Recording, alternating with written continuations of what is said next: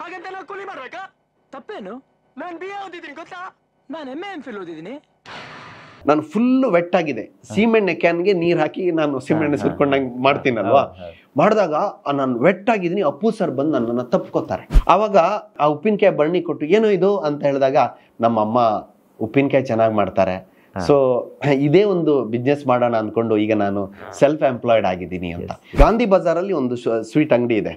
ಆ ಸ್ವೀಟ್ ಅಂಗಡಿಗೆ ಹೋಗಿ ಇದು ರಾಜ್ಕುಮಾರ್ ಅವ್ರ ಮನೆಗೆ ನಾನು ತಗೊಂಡೋಗ್ತೀನಿ, ಗುಂಬಳಕಾಯಿ ಹಲ್ವಾ, ಇದು ಅವ್ರಿಗೆ ಬಹಳ ಇಷ್ಟ, ಇದನ್ನ ಸ್ಪೆಷಲ್ ಆಗಿ ಮಾಡಿಸ್ಬೇಕು ಅಂತ ಮುಂಚಿತವಾಗಿ ಆರ್ಡರ್ ಕೊಡೋರು. ಪ್ರಯತ್ನ ಮಾತ್ರ ನಮ್ದಾಗಿರ್ಬೇಕು, ಫಲನ ಪ್ರಾರ್ಥನೆಗೆ ಬಿಡ್ಬೇಕು, ದೇವ್ರಿಗೆ ಬಿಡ್ಬೇಕು ನಾವು. ಇವಾಗೆಲ್ಲ ಏನಾಗುತ್ತೆ, ಒಂದು ಇನ್ಸ್ಟಾಗ್ರಾಮ್ ಅಲ್ಲಿ ಒಂದು ರೀಲ್ ಹಾಕಿದ್ರೆ ಅಥವಾ ಒಂದು ವಿಡಿಯೋ ಮಾಡಿ ಕಳಿಸಿದ್ರೆ ಪಾತ್ರ ಸಿಗೋದು.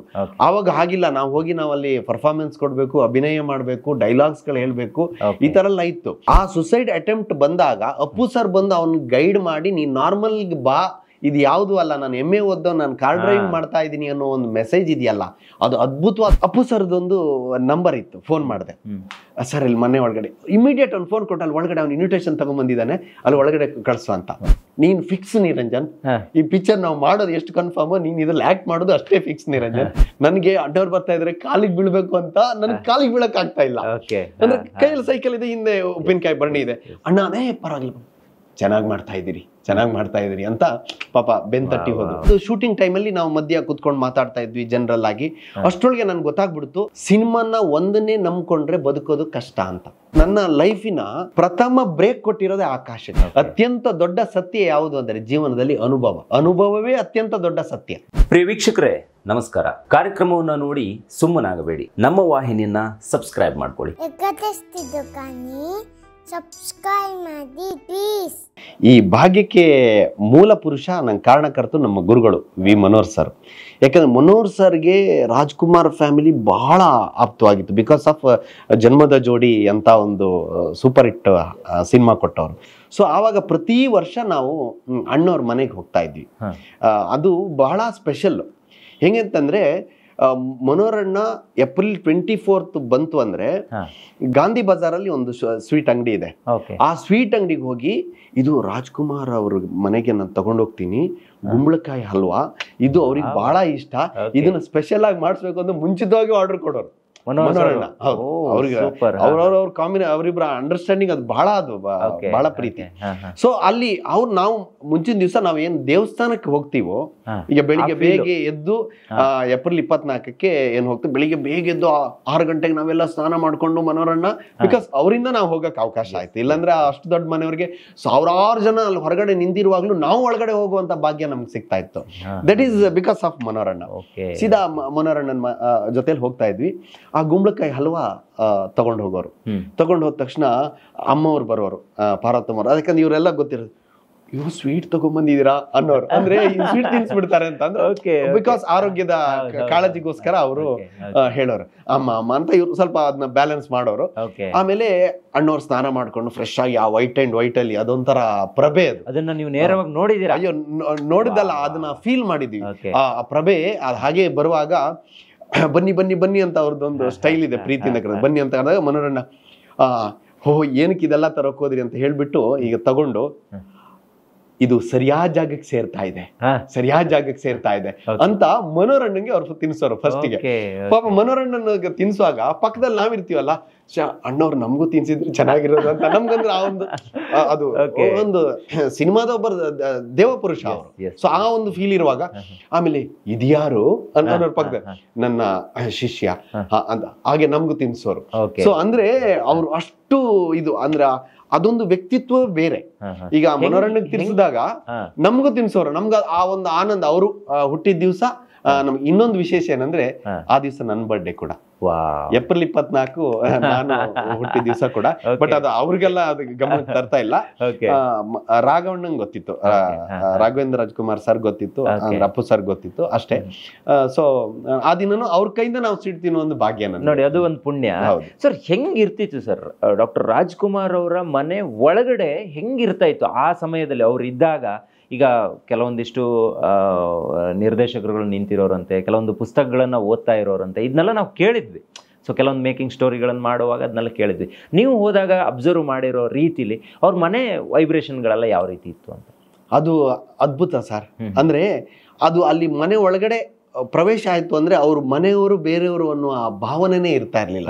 ಅಷ್ಟು ಒಂದು ಏನೋ ನಮಗೆ ಮುಜುಗರ, ಯಾಕಂದ್ರೆ ನಾವು ಅಂತ ದೊಡ್ಡ ಮನೆಗೆ ಹೋದಾಗ ನಾವು ಸಾಮಾನ್ಯವಾಗಿ ಏನಿರ್ತೀವಿ ಜಾಸ್ತಿ ಎಲ್ಲ ಗಮನಿಸೋದ್ರಲ್ಲೇ ಇರ್ತೀವಿ ಜಾಸ್ತಿ. ಬಟ್ ಅದೊಂದು ಅದ್ಭುತ ಫೀಲಿಂಗ್. ಆಮೇಲೆ ಅವ್ರು ಎಲ್ಲರೂ ಅಷ್ಟೇ ಆ ಒಂದು ಹಸನ್ ಮುಖ, ಅಲ್ಲಿ ಮನೆಗೆ ಬಂದವ್ರ ಹತ್ರ ಅವ್ರು ನೋಡೋದು ಎಲ್ಲರೂ ನಗಾಡ್ಕೊಂಡೇ, ಅದು ನಿಜವಾಗ್ಲೂ ತುಂಬಾ ಕಷ್ಟ. ಯಾಕಂದ್ರೆ ಅಂತ ಒಂದು ದೊಡ್ಡ ಮೇರು ನಟನ ನಾವೇನ್ ದೊಡ್ಡ ಮನೆ ಅಂತ ಕರಿತೀವಿ, ಸುಮ್ಮನೆ ಆ ಮನೆಗೆ ದೊಡ್ಡ ಮನೆ ಅಂತ ಹೆಸರು ಬರ್ಲಿಲ್ಲ. ಅದು ದೊಡ್ಡ ಮನೆನೇ. ಅವ್ರನ್ನ ಕಳ್ಕೊಂಡ ದಿನ ನೀವು ಎಲ್ಲಿದ್ರಿ? ಅಂದ್ರೆ ಅವತ್ತಿನ ಬೆಂಗಳೂರಲ್ಲೇ ಇದ್ದೆ. ಅದನ್ನ ಹೇಳ್ಬೇಕು ಅಂತಂದ್ರೆ ಫೆಬ್ರವರಿ 8ನೇ ತಾರೀಕು ನನ್ನ ಜೀವನದ ಪ್ರಥಮ ಅಡ್ವರ್ಟೈಸಿಂಗ್ ಮಾಡ್ತೀನಿ ನಾನು. ಒಂದು ಕೇರಳ ಬ್ರ್ಯಾಂಡ್ ಅದು ಒಂದು ಆನೆ ಇಟ್ಕೊಂಡು ಶೂಟ್ ಮಾಡುವಂತ ಒಂದು ಸನ್ನಿವೇಶ ಬರುತ್ತೆ. ಅದಕ್ಕೆ ನಮ್ಮ ಮನೋರಣ್ಣನೇ ಡೈರೆಕ್ಷನ್ ಮಾಡಿದ್ರು, ಸತ್ಯ ಹೆಗಡೆ ಕ್ಯಾಮರಾಮ್ಯಾನ್. ಸೊ ಈ ತರ ಒಂದು ಟೀಮ್ ಮಾಡ್ಕೊಂಡು ನಾನು ಅಡ್ವರ್ಟೈಸಿಂಗ್ ಆಯ್ತು. ಅಡ್ವರ್ಟೈಸಿಂಗ್ ಆಲ್ಮೋಸ್ಟ್ ಆಲ್ ಶೂಟಿಂಗ್ ಮುಗಿತಾ ಇತ್ತು. ಮನೋರಣ್ಣನಿಗೆ ಮೆಸೇಜ್ ಬಂತು, ವರದರಾಜ್ಕುಮಾರ್ ಅವರು ತೀರೋದ್ರು ಅಂತ. ಫೆಬ್ರವರಿ 8ನೇ ತಾರೀಕು. ಅಯ್ಯೋ, ನಾವು ಅಲ್ಲೆಲ್ಲ ನಮ್ದು ಶೂಟಿಂಗ್ ಎಲ್ಲ ಮುಗಿಸ್ಕೊಂಡು ಅಲ್ಲಿಂದ ಹೋದ್ವಿ. ಆಮೇಲೆ ಏಪ್ರಿಲ್ 17ನೇ ತಾರೀಕಿಗೆ ಅಪ್ಪು ಸರ್ ಬರ್ಡೇ ಬರುತ್ತೆ. ಅಪ್ಪು ಸರ್ ಬರ್ಡೇ ಆ ವರ್ಷ ಆಚರಿಸಿರಲ್ಲ ಅವರು, ಯಾಕಂದ್ರೆ ಅವ್ರ ಚಿಕ್ಕಪ್ಪ ಅವರು ಅವ್ರ ಫ್ಯಾಮಿಲಿಗೆ ಬಹಳ ಇದಾಗಿರೋದ್ರಿಂದ ಆಚರಿಸಿಲ್ಲ. ಬಟ್ ನಾವೆಲ್ಲ ಅವರಿಗೆ ಈ ಕನೆಕ್ಟಿವ್ ಆಗಿರೋದ್ರಿಂದ ಅವ್ರ ಮನೆಗೆ ಹೋಗಿದ್ವಿ. ಮಾರ್ಚ್ 17 ನಾವು ಅವ್ರ ಮನೆಗೆ ಹೋಗಿದ್ವಿ. ಯಾರು ಬರ್ಡೇ ಸೆಲೆಬ್ರೇಷನ್ ಇರ್ಲಿಲ್ಲ. ನಾನು ಅಪ್ಪು ಸರ್ಗೆ ಆಸ್ ಯೂಶುವಲ್ ಬರ್ಡೇ ವಿಶ್ ಮಾಡಿಬಿಟ್ಟು ಅಣ್ಣವ್ರು ಎಲ್ಲಿದ್ದಾರೆ ಅಂತ ನೋಡೋಣ ಅಂತ ನೀನು ಹುಡುಕದೇ ಇದ್ರೆ ಅಲ್ಲಿ ಒಂದು ದೂರದಲ್ಲಿ ಒಂದು ಪ್ಲಾಸ್ಟಿಕ್ ಚೇರ್ ಅಲ್ಲಿ ಕೂತಿದ್ರು. ಹೋಗ್ಬಿಟ್ಟು ಅಣ್ಣನ ಕಾಲಿಗೆ ಬಿದ್ದೆ. ಅವರಿಗೆ ಗುರ್ತಾಗ್ಲಿಲ್ಲ ನಂದು. ನಾವೇನ್ ಗುರ್ತಾಗೋ ತರ ಏನಿಲ್ವಲ್ಲ, ಗುರ್ತಾಗ್ಲಿಲ್ಲ. ತಾವು ಯಾರು ಅಂತ ಗೊತ್ತಾಗ್ಲಿಲ್ಲ ಅಂತ ಅಂದ್ರು. ನಾನು ವಿ ಮನೋಹರ್ ಸರ್ ಜೊತೆಲಿ ಬರ್ತೀನಲ್ಲ, ಅವ್ರ ಅಸ್ಟೆಂಟು. ಹೋ ಮನೋಹರ್ ಅಸ್ಟೆಂಟ್, ಯಾಕೆ ಮನೋಹರ್ ತುಂಬಾ ದಿವಸ ಆಯ್ತು ಬರ್ಲಿಲ್ಲ, ಮನೋಹರ್ ಅವ್ರಿಗೆ ಬರಕ್ ಹೇಳಿ ಅಂತ ಅಂದ್ರು. ನಾನು ಅಣ್ಣವ್ರು ಕೊಟ್ಟ ವಿಚಾರನ ನಾನು ತಗೊಂಡೋಗಿ ಮನೋರಣ್ಣಂಗೆ ಆ ವಿಷಯ ತಿಳಿಸ್ತೀನಿ. ಮನೋರಣ್ಣನು ಅಲ್ಲಿಗೆ ಹೋಗೋದಕ್ಕೆ ಎಲ್ಲ ಪ್ಲಾನ್ ಮಾಡ್ಕೊಂಡ್ರು. ಆ 10 ದಿವಸದ ಗ್ಯಾಪ್ ಅಲ್ಲಿ ಏಪ್ರಿಲ್ 12ಕ್ಕೆ ಅಣ್ಣವ್ರು ತೀರ್ಕೊತಾರೆ. ಸೊ ಮನೋರಣ್ಣ ಇವತ್ತೂ ಕೊರಗ್ತಾರೆ, ಅಯ್ಯೋ ನಾನು 10 ದಿವಸ ಅಲ್ಲ ಅಂದ್ರೆ ಇವ್ರು ಯಾವ್ದೋ ಬೇರೆ ಇದ್ರಲ್ಲಿ ತುಂಬಾ ಬಿಸಿ ಇದ್ದು ಒಂದ್ ವಾರ ಬಿಟ್ಟು ಹೋಗಕ್ ಆಗಿಲ್ಲ ಅವ್ರಿಗೆ. ಒಂದ್ ವಾರ ಬಿಟ್ಟು ಹೋಗೋಣ ಅನ್ನೋ ಸಮಯದಲ್ಲಿ ಪ್ಲಾನಿಂಗ್ ಇರುವಾಗ ಏಪ್ರಿಲ್ 12ಕ್ಕೆ ಅಣ್ಣವ್ರು ತೀರ್ಕೋತಾರೆ. ಸೊ ಅದನ್ನ ನಾವು ತುಂಬಾ ಸರಿ ನಾನು ಮನೋರಣ್ಣ ನಾವು ಮಾತಾಡ್ಕೊಂಡು ಬಹಳ ಫೀಲ್ ಮಾಡ್ಕೊಂಡಿದೀವಿ. ಸೊ ಅದು ಬಿಡಿ, ಅದು ಆ ನೋವನ್ನ ಇಡೀ ಕರ್ನಾಟಕ ಜನತೆಗೆ ಬರ್ಸಕ್ ಆಗಿಲ್ಲ. ಅದು ಅಂತ ನೋವು. ಸೊ ಆ ಸಂದರ್ಭ ನಾವೆಲ್ಲ ಟಿವಿಲಿ ಅದನ್ನ ನೋಡಿದ್ವಿ. ಹೌದು, ನೀವು ಹೇಳ್ತಿರೋದು, ಯಾಕಂದ್ರೆ ಇಡೀ ಚಿತ್ರರಂಗಕ್ಕೆ ಅವರು ಅಣ್ಣವರಾಗಿದ್ರು, ಇವತ್ತಿಗೂ ಅವ್ರ ಅಣ್ಣವರೇ, ಅದು ಯಾವುದೇ ಇದಿಲ್ಲ. ಆದ್ರೆ ಅವರ ಮಗನ ಜೊತೆ ಒಂದು ಅಭಿನಯ ಮಾಡೋದಕ್ಕೆ ನಿಮ್ಗೆ ಅವಕಾಶ ಸಿಗುತ್ತಲ್ಲ, ಅದಕ್ಕಿಂತ ದೊಡ್ಡದು ಏನಿದೆ. ಸೊ ಈಗ ನಾವು ಬರೋದೇ ಆಕಾಶ್ ಸಿನಿಮಾದ ಪಾಯಿಂಟ್ಗೆ. ಸೊ ಇಲ್ಲಿಂದ ಹೆಂಗ್ ಜರ್ನಿ ಪ್ರಾರಂಭ ಆಗುತ್ತೆ ನಿಮ್ದು? ಇದಕ್ಕೆ ಕಾರಣಕರ್ತರು ನಮ್ಮ director Mahesh sir, Akash director. ಅಲ್ಲಿ ಯುವರಾಜದಲ್ಲಿ ನಾನೊಂದು ಚಿಕ್ಕ ಪಾತ್ರ ಮಾಡ್ತೀನಿ. ಅವಾಗ ಕಾಲೇಜಿಗೆ ಹೋಗುವಾಗ್ಲೇ, ನಾನು ಚಿತ್ರಕಲಾ ಓದ್ತಾ ಇರುವಾಗ್ಲೇ ನಾನು ಈ ಪಾತ್ರ ಯುವರಾಜ ಅಂತ ಪೂರಿ ಜಗನ್ನಾಥ್ ಅವರ ಸಿನಿಮಾ. ಅದ್ರಲ್ಲಿ 4 ಜನ friends, Sharan sir, bullet Prakash ಅವರು, ನಾನು, ಆಮೇಲೆ ಇನ್ನೊಬ್ರು 4 ಜನ ಬಾಲಣ್ಣ, 4 ಜನ ಫ್ರೆಂಡ್ಸ್. ಆವಾಗ ಎಲ್ಲ ಹೇಳೋರು, ಇವನು ಶಿವಣ್ಣನ ಫ್ರೆಂಡ್ಗೆ ಇವನು ಮ್ಯಾಚ್ ಆಗ್ತಾ ಇಲ್ಲ ಅಂತ. ಸೊ ಆಮೇಲೆ ನನಗೆ ಹೆಂಗಾದ್ರೂ ಮಾಡಿ ನಾನು ಶಿವಣ್ಣನ ಜೊತೆ ಆಕ್ಟ್ ಮಾಡ್ಬೇಕಲ್ಲ ಅಂತ ನನಗೆ ಆಸೆ. ನಮ್ಗೇನಂದ್ರೆ ನಮ್ಗೆ ಆ ಸ್ಕ್ರಿಪ್ಟ್ ಇವಾಗೆಲ್ಲ ಅರ್ಥ ಆಗ್ತಾ ಇದೆ, ಸ್ಕ್ರಿಪ್ಟ್ ಅದ್ರ ವ್ಯಾಲ್ಯೂ ಈ ತರ ಇದ್ರೆ ಹಿಂಗಿರ್ಬೇಕು ಅನ್ನೋ ನಮ್ಗೇನಂದ್ರೆ ಶಿವಣ್ಣನ ಜೊತೆಲಿ ಆಕ್ಟ್ ಮಾಡ್ಬೇಕು, ಇಷ್ಟೇ ನಮ್ಮ ಥಾಟ್ ಇರೋದು. ಅವಾಗ KP ಶ್ರೀಕಾಂತ್ ಅಂತ ಇದ್ರು, ಅವ್ರು ನನ್ನ ಸ್ನೇಹಿತರು, ಪರಿಚಯ. ಅಲ್ಲಿ ನೋಡಿ ನನ್ನನ್ನೇನೋ ತೆಗಿಯೋಂಗಿದೆ ಪಾತ್ರದಿಂದ, ನೀವು ದಯವಿಟ್ಟು ಅದು ನನ್ನ ಪಾತ್ರವನ್ನು ತೆಗೆದೇ ಇರೋ ತರ ನೀವು ನಿರಂಜನ್, ನೀನ್ ಫಿಕ್ಸ್ ನಿರಂಜನ್, ಈ ಪಿಕ್ಚರ್ ನಾವು ಮಾಡೋದು ಎಷ್ಟು ಕನ್ಫರ್ಮ್, ನೀನ್ ಇದ್ರಲ್ಲಿ ಆಕ್ಟ್ ಮಾಡೋದು ಅಷ್ಟೇ ಫಿಕ್ಸ್ ನಿರಂಜನ್ ಅಂತ KP ಶ್ರೀಕಾಂತ್ ಅವರು. ಸೊ ನನ್ಗೆ ನಿಜವಾಗ್ಲೂ ಅದಕ್ಕೆ ಯುವರಾಜದಲ್ಲಿ ನನ್ಗೆ ಅವಕಾಶ ಕೊಟ್ಟಿದ್ದು KP ಶ್ರೀಕಾಂತ್, ಟಗರು ಪ್ರೊಡ್ಯೂಸರ್. ಸೊ ಅಲ್ಲಿಂದ ಏನಾಯ್ತು, ಮಹೇಶ್ ಸರ್ ನನ್ಗೆ ಮಹೇಶ್ ಬಾಬು ಅವರು ಪರಿಚಯ ಆದ್ರು. ಮಹೇಶ್ ಬಾಬು ಅವರಿಗೆ ಪ್ರಥಮವಾಗಿ ಆಕಾಶ್ಗೆ ಅವಕಾಶ ಸಿಗುತ್ತೆ ಡೈರೆಕ್ಷನ್ಗೆ. ಅವ್ರು ಅವಾಗ ಅಸೋಸಿಯೇಟ್ ಆಗಿದ್ರು ಯಾವುದಕ್ಕೆ ಯುವರಾಜ್ಗೆ. ಇದಕ್ಕೆ ಡೈರೆಕ್ಷನ್ ಅವಕಾಶ ಸಿಕ್ಕಿದಾಗ ನನ್ಗೆ ಅವ್ರು ಕರೆದು ಆಕಾಶಲ್ಲಿ ಒಂದು ಪಾತ್ರ ಕೊಡ್ತಾರೆ. ಅದು ಪಾತ್ರ ಹೇಗೆ ಅಂದ್ರೆ ಆವಾಗಲ್ಲ ಇವಾಗೆಲ್ಲ ಏನಾಗುತ್ತೆ, ಒಂದು ಇನ್ಸ್ಟಾಗ್ರಾಮ್ ಅಲ್ಲಿ ಒಂದು ರೀಲ್ ಹಾಕಿದ್ರೆ ಅಥವಾ ಒಂದು ವಿಡಿಯೋ ಮಾಡಿ ಕಳಿಸಿದ್ರೆ ಪಾತ್ರ ಸಿಗೋದು.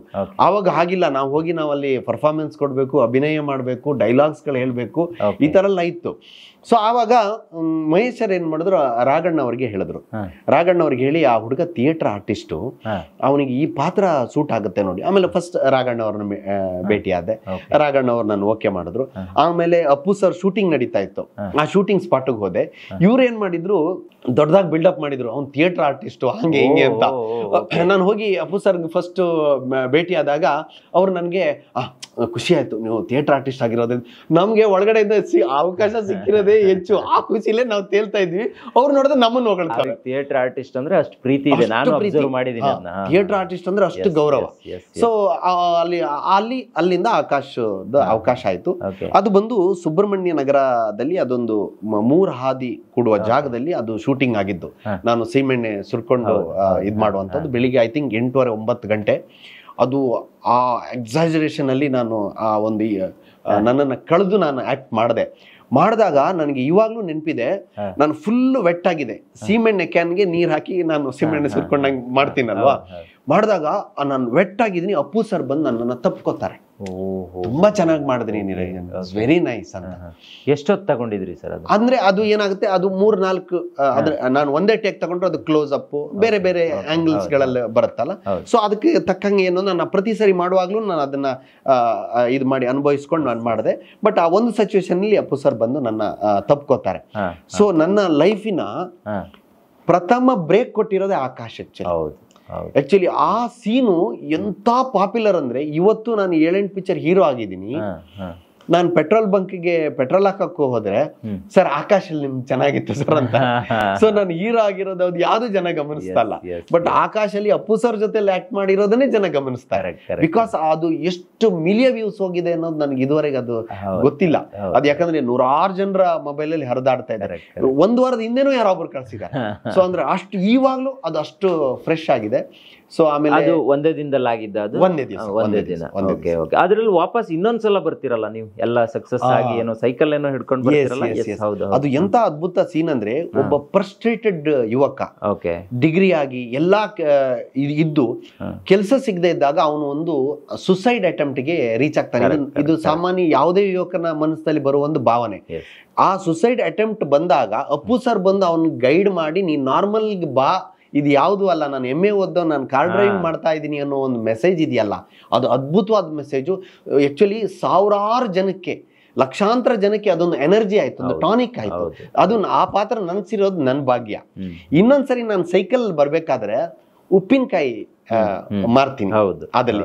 ಅಂದ್ರೆ ಅವ್ರ ಅಪ್ಪು ಸರ್ ಅದು ಎಂತ ಅದ್ಭುತವಾದ ಡೈಲಾಗ್ ನೋಡಿ. ಅದ್ರ ಡೈಲಾಗ್ ಬರ್ದವರಿಗೆ, ಆ ನಿರ್ದೇಶಕರಿಗೆ ನಾನು ಧನ್ಯವಾದ ಹೇಳ್ಬೇಕು.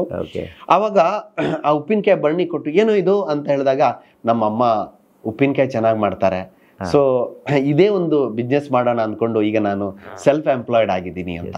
ಸೆಲ್ಫ್ ಎಂಪ್ಲಾಯ್ಮೆಂಟ್ ಥಾಟ್ ಆವಾಗ್ಲೇ ಕೊಟ್ಟಿದೀವಿ ನಾವು, ಅಂದ್ರೆ ಆಕಾಶ್ ಸಿನಿಮಾದಲ್ಲಿ. ಸೊ ಅಂದ್ರೆ ನಿಮ್ ಕೆಲಸ ಸಿಗ್ಲಿಲ್ಲ ಅಂತ ಯಾರೋ ತಲೆ ಕೆಡ್ಸ್ಕೋಬೇಡಿ, ನೀವೇ ಕ್ರಿಯೇಟ್ ಮಾಡಿ, ನಿಮ್ ಕೆಲಸನ ನೀವೇ ಹುಟ್ಟಾಕಿ ಅನ್ನೋ ಒಂದು ಥಾಟ್ ಇದೆಯಲ್ಲ.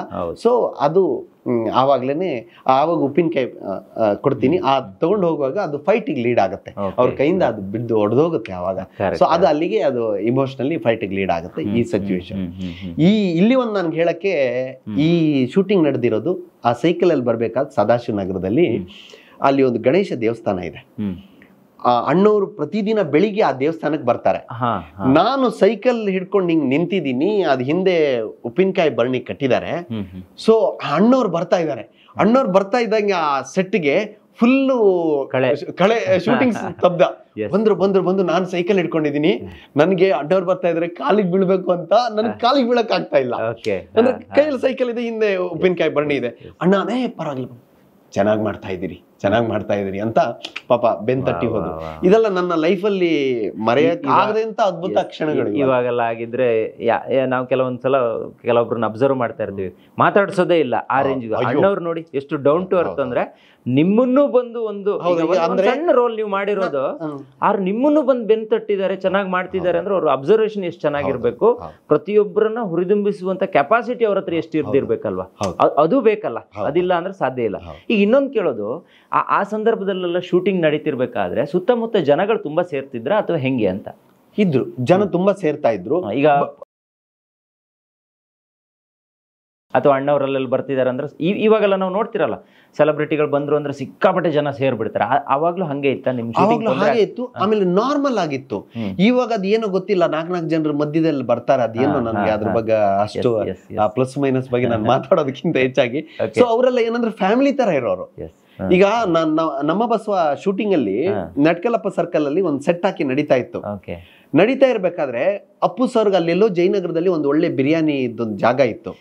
ಅಲ್ಲಿ ನಾವೆಲ್ಲ 4 ಜನ ಕೂತಿರುವಾಗ ಮಧ್ಯಾಹ್ನ ಇವತ್ತು ಅಲ್ಲಿಗೆ ಉಟ್ಕೋಗೋಣ ಅಂತ ಅಪ್ಪು ಸರೇ ನಮ್ಗೆ ಆಫರ್ ಮಾಡೋರು. ಆವಾಗ ಏನಾಯ್ತು, ಎಲ್ಲ ಹೋಗ್ಬೇಕು ಅಂತ, ಅಯ್ಯೋ ಅಪ್ಪು ಸರ್ ಊಟ ಕರ್ಕೊಂಡು ಹೋಗ್ತಾರೆ ಅನ್ನೋಷ್ಟೊಳಗೆ ಆ ವೀರ್ ಶಂಕರ್ ಅಂತ ಅವ್ರ ಡೈರೆಕ್ಟರ್, ಸರ್ ಪ್ಲೀಸ್ ಸರ್ ಹೊರಗಡೆ ಹೋಗ್ಬಿಡಿ, ಇಮಿಡಿಯೇಟ್ ಶಾರ್ಟ್ ಇದೆ ಸರ್ ಅಂತಂದ್ರು. ಅವಾಗ ಬೇಡ ಇವತ್ತು ಬೇಡ ಅಂತ ಕ್ಯಾನ್ಸಲ್ ಮಾಡಿದ್ರು. ಅಂದ್ರೆ ಅಲ್ಲಿ ಪಾತ್ರ ನಡೆಯುವಾಗ ಅಲ್ಲಿ ಅವರು ದೊಡ್ಡವರು, ಇಲ್ಲಿ ನಾವು ಸಣ್ಣ ಸಣ್ಣ ಪಾತ್ರಗಳು ಮಾಡೋ, ನಾವೆಲ್ಲ ಸೈಡ್ ರೋಲ್ಗಳು, ಆ ಫೀಲ್ ಇರ್ಲಿಲ್ಲ. ಇಸ್ ಲೈಕ್ ಒಂದು ಫ್ಯಾಮಿಲಿ ಇತ್ತು, ಒಂದು ಗೆಟ್ ಟುಗೆದರ್ ತರ ಫೀಲ್ ಅನ್ಸೋದು ನಮ್ಗೆ. ನಮ್ಗೆ ಅಂದ್ರೆ ಅವರೆಲ್ಲ ಬರೋದು ಒಂದು ಸೆಲೆಬ್ರೇಷನ್, ಅವ್ರು ನಮ್ ಜೊತೆ ಆ ಸೆಲೆಬ್ರೇಷನ್ ಎಂಜಾಯ್ ಮಾಡೋರು. ಅದು ಆಗಿನ ಶೂಟಿಂಗ್ ಶೈಲಿಯೇ ಬೇರೆ ಇತ್ತು. ಅದಾದ್ಮೇಲೆ ನಮ್ಮ ಬಸವ ನೀವು ಮಾಡಿದ್ದು, ಅದಾದ ನಂತರ ಮಿಲನ ಮಾಡಿದ್ದಲ್ವಾ ಅಪ್ಪು ಸರ್ ಜೊತೆ? ಅದಾದ್ಮೇಲೆ ಮಿಲನ ಮಾಡಿದ್ದು. ಮಿಲನ 228 ದಿನ ಓಡುತ್ತೆ. ಅಂದ್ರೆ ನೀವು ಅಭಿನಯ ಮಾಡಿರುವಂತ 3 ಪುನೀತ್ ಸರ್ ಜೊತೆ ಅಭಿನಯ ಮಾಡೋ 3 ಸಿನಿಮಾ ಒಂದೊಂದು ವರ್ಷ ಓಡುತ್ತೆ. ಹೌದು, ಅದು ನಿಮ್ ಭಾಗ್ಯ ಅಂತ ನಾನು ಅನ್ಕೊಂತೀನಿ. ಸರ್ ಮಿಲನ ಹಿಟ್ ಹೆಂಗಿತ್ತು ಸರ್? ಸರ್ ಮಿಲನ ಶೂಟಿಂಗ್ ಆಗುವಾಗ ಅಷ್ಟರೊಳಗೆ ನಾವು ಅಪ್ಪು ಸರ್ಗೆ ಆತ್ಮೀಯತೆ ಬೆಳೆದ್ಬಿಟ್ಟಿತ್ತು. ಯಾಕಂದ್ರೆ 2 ಪಿಕ್ಚರ್ ಜೊತೆಲಿ ಆಕ್ಟ್ ಮಾಡುವಾಗ ಪರಿಚಯ ಜಾಸ್ತಿ ಆಗುತ್ತಲ್ಲ. ಮಿಲನ ಕೂಡ ನಮ್ಗೆ ಮಿಲನ ಪ್ರಕಾಶ್ ಅವ್ರು ನನ್ ಕರೆದು ಕೊಟ್ಟಿರೋದು ಪಾತ್ರ, ರವಿ ಅಂತ ಒಂದು ಪಾತ್ರ. ಸೊ ಅದು ಶೂಟಿಂಗ್ ಟೈಮಲ್ಲಿ ನಾವು ಮಧ್ಯ ಕುತ್ಕೊಂಡು ಮಾತಾಡ್ತಾ ಇದ್ವಿ ಜನರಲ್ ಆಗಿ. ಅಷ್ಟರೊಳಗೆ ನನ್ಗೆ ಗೊತ್ತಾಗ್ಬಿಡ್ತು, ಸಿನಿಮಾನ ಒಂದನ್ನೇ ನಂಬ್ಕೊಂಡ್ರೆ ಬದುಕೋದು ಕಷ್ಟ ಅಂತ. ಆವಾಗ ನನ್ಗೆ ರಿಯಲೈಸ್ ಆಯ್ತು. ಈಗ ನಾನು ಓದಿರೋ ವಿದ್ಯೆ ಇತ್ತು, ಆಮೇಲೆ BFA MFA ಮಾಸ್ಟರ್ ಗ್ರಾಜುಯೇಟ್ ಮಾಡಿದ್ದೆ ಪ್ಯಾರಲ್ ಆಗಿ. ನಾನು ಏನಂದ್ಕೊಂಡೆ, ನನ್ಗೆ ಸಿನಿಮಾನ ನಾನು ಲವ್ ಮಾಡ್ತಾ ಇದ್ದೆ. ಅಂದ್ರೆ ಈಸ್ ನಂಗೆ ಬ್ರೆತ್, ಅದ್ ನನ್ನ ಉಸಿರು. ಸೊ ಅಂದ್ರೆ ನಾನು ಸಿನಿಮಾನ ವ್ಯಾವಹಾರಿಕವಾಗಿ ಅಥವಾ ಇನ್ನೊಂದಾಗಿ ನಾನು ಫೀಲ್ ಮಾಡ್ತಾ ಇಲ್ಲ. ಸಿನಿಮಾ ಅಂದ್ರೆ ನನ್ಗೆ ಅದೊಂದು ಫ್ಯಾಷನ್, ಅದೊಂದು ಖುಷಿ, ಅದನ್ನ ನಾನು ಎಂಜಾಯ್ ಮಾಡ್ತಾ ಇದ್ದೆ. ಸೊ ಆವಾಗ ಗೊತ್ತಾಯ್ತು, ನನ್ನ ಈ ಎಂಜಾಯ್ಮೆಂಟ್ ಖುಷಿಗೆ ನಾನು ಅಲ್ಲಿ ಎಕ್ಸ್ಪೆಕ್ಟೇಷನ್ ಅದನ್ನ ನಾನು ಮೈಂಡಲ್ಲಿ ಇಟ್ಕೊಂಡ್ರೆ ನನ್ಗೆ ಅವಕಾಶಗಳು ಸಿಗೋದಿಲ್ಲ, ನಾನು ಮುಂದೆ ಹೋಗೋಕ್ಕಾಗಲ್ಲ. ಪ್ಯಾರಲ್ ಆಗಿ ನಾನು ಏನಾದರೂ ಒಂದು ಮಾಡಬೇಕು. ಆವಾಗ ನಾನು ಕಲ್ತಿರೋ ವಿದ್ಯೆ, ನಾನು ಓದಿದ್ದು BFA ಅಂತ ಹೇಳಿದೆ, ಅದು ಪೇಂಟಿಂಗ್ ತಗೊಂಡಿದ್ದು. ಪೇಂಟಿಂಗ್ ತಗೊಂಡು ನಾನು ಮಾಡ್ತಾ ಇದ್ದಿದ್ದ ಕೆಲಸ ಅಪ್ಲೈಡ್ ಆರ್ಟ್, ಅಂದ್ರೆ ಕಮರ್ಷಿಯಲ್ ಅಡ್ವರ್ಟೈಸಿಂಗ್. ಸೊ ಈ ಕನೆಕ್ಷನ್ ಗಳನ್ನ ಬೆಳೆಸ್ಕೊಂತ ಬಂದೆ. ನಾನು ಸಾಕಷ್ಟು ಆಡ್ ಫಿಲ್ಮ್ಸ್ ಗಳು ಮಾಡಿದೆ. ಆ ಆಡ್ ಫಿಲ್ಮ್ಸ್ ಗಳಿಗೆ ನನಗೆ ಬೆನ್ನೆಲುಬಾಗಿ ನಿಂತಿದ್ದು, ನಾನು ಟೀಮ್ ಕಟ್ಟಿದಾಗ ಇದ್ದಿದ್ದು ಒಂದು ಮೊದಲನೇದಾಗಿ ಕ್ಯಾಮರಾಮ್ಯಾನ್ ಸತ್ಯ ಹೆಗಡೆ. ನನ್ನ ಕ್ಯಾಮರಾ ಆಯ್ತು. ಅವರು ನನಗೆ ನಂದಗೋಕುಲ, ನಮ್ಮ ಅಶೋಕ್ ಕಶ್ಯಪ್ ಅವರು ಮತ್ತೆ ಅವರ ವೈಫ್ ರೇಖಾರಾಣಿ ಅವರು, ಅವರಿಂದ ನನಗೆ ಸತ್ಯ ಹೆಗಡೆ ಅವರು ಆಪ್ತರಾಗ್ತಾರೆ. ಸೊ ಅಲ್ಲಿ ಅವ್ರು ನನಗೆ ಕ್ಯಾಮರಾಮನ್ ಆಗಿ ಬರ್ತಾರೆ. ಈ ಗ್ರಾಫಿಕ್ಸ್ ಇವನ್ನೆಲ್ಲ ಮಾಡೋದಕ್ಕೆ ನಂಗೆ ಉದಯ ರವಿ ಹೆಗಡೆ ಅಂತ ಇದ್ರು. ಈ 3 ಜನರ ಟೀಮ್ ನಾನು ತುಂಬಾ ಆಡ್ ಫಿಲ್ಮ್ಸ್ ಗಳು ಮಾಡ್ಕೊಂಡು ಬಂದೆ. ಆ ಟೈಮಲ್ಲಿ ಮಿಲನದ ಟೈಮಲ್ಲೂ ನಾನು ಇದು ಆಡ್ ಫಿಲ್ಮ್ಸ್ ಗಳೆಲ್ಲ ಮಾಡ್ಕೊಂಡು ಹೋಗ್ತಾ ಇದ್ದೆ. ಅವಾಗ ಅಪ್ಪು ಸರ್ ಜೊತೆಲಿ ಹಿಂಗೆ ಜನರಲ್ ಆಗಿ ಕುತ್ಕೊಂಡು ಮಾತಾಡ್ತಾ ಇದ್ವಿ.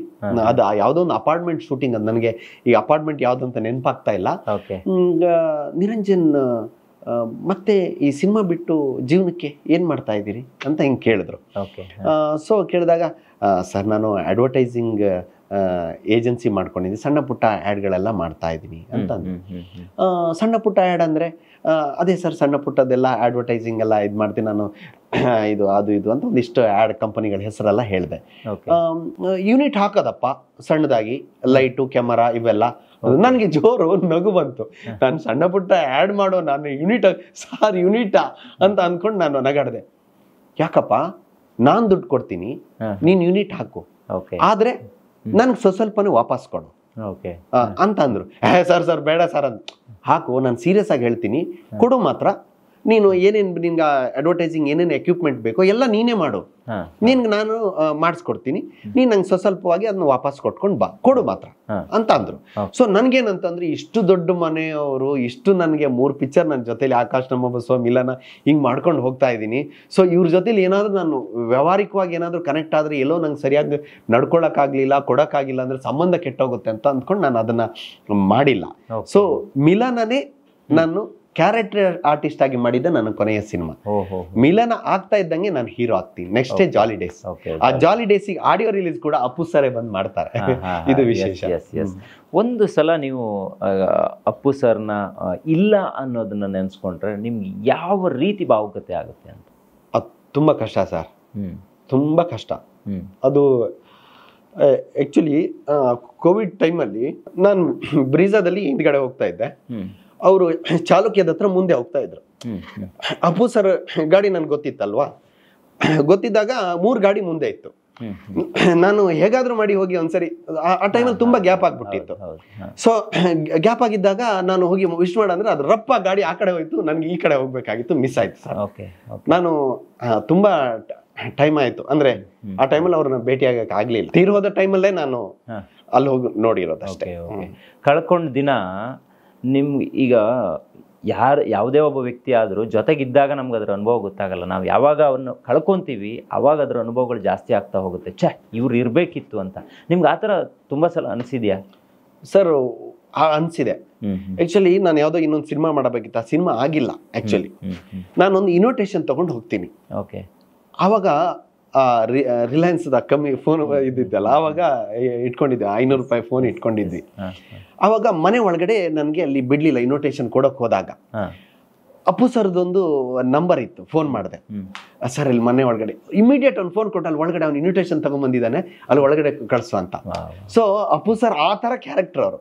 ಅಂದ್ರೆ ಅವ್ರು ಇಲ್ಲದೇ ಇದ್ದಾಗ್ಲೂ ನಾನು ಅಣ್ಣ ನಾನು ಇನ್ವಿಟೇಷನ್ ತಗೊಂಡ್ಬಂದೆ, ನನ್ನ ಮನೆ ಒಳಗೆ ಕೊಟ್ಟು ಹೋಗ್ಬೇಕು ಅಂತ ಅಂದಾಗ ಇಮಿಡಿಯೇಟ್ ಅವ್ನು ವಾಚ್ಮನ್ಗೆ ಹೇಳ್ಬಿಟ್ಟು ನಮ್ ಒಳಗಡೆ ಇನ್ವಿಟೇಷನ್ ಕೊಡ್ಸಕ್ ಅನುಕೂಲ ಮಾಡ್ಕೊಟ್ಟಿದ್ರು.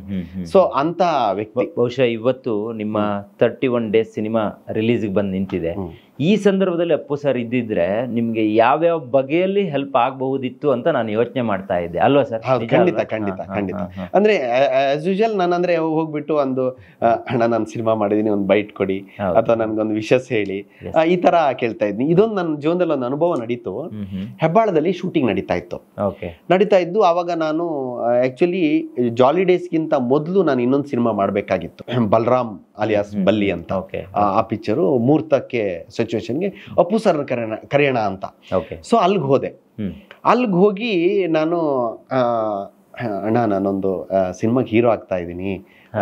ಹೌದೇನೋ, ಖುಷಿ ವಿಚಾರ ಅಂತ ಅಂದ್ರು. ನೀವು ಕ್ಲಾಪ್ಗೆ ಬರಬೇಕು, ನಾನು ಕ್ಲಾಪಿಗೆ ಕರೀಲ್ಲ, ದೀಪ ಬೆಳಗ್ಸಕ್ ಕರೀಲ್ಲ ಅಂತ ಕೇಳಿದೆ ನಾನು. ನೀನ್ ಯಾವ್ದಕ್ಕಾದ್ರೂ ಕರಿಯೋ ನಾನು ಬರ್ತೀನಿ ಅಂತ. ಅವಾಗ ಈ ಮೊಬೈಲ್ ಇದೆಲ್ಲ ಜಾಸ್ತಿ ಇರ್ಲಿಲ್ಲ. ಸೊ ಅದು ಕಂಠೀರವ ಸ್ಟುಡಿಯೋದಲ್ಲಿ ನನ್ನ ಮುಹೂರ್ತ. ಸೊ ಆ ಮುಹೂರ್ತಕ್ಕೆ ಮಿಲನ ಆವಾಗ ಜಸ್ಟ್ ರಿಲೀಸ್ ಆಗಿತ್ತು, ನೆಕ್ಸ್ಟ್ ಹಿಂದಿನ ವಾರ ಮಿಲನ ರಿಲೀಸ್ ಆಗಿತ್ತು. ನನ್ನ ಪಿಕ್ಚರ್ದು ಮುಹೂರ್ತಕ್ಕೆ ನಾನು ಅವ್ರನ್ನ ಗೆಸ್ಟ್ ಆಗಿ ಕರೆದೆ.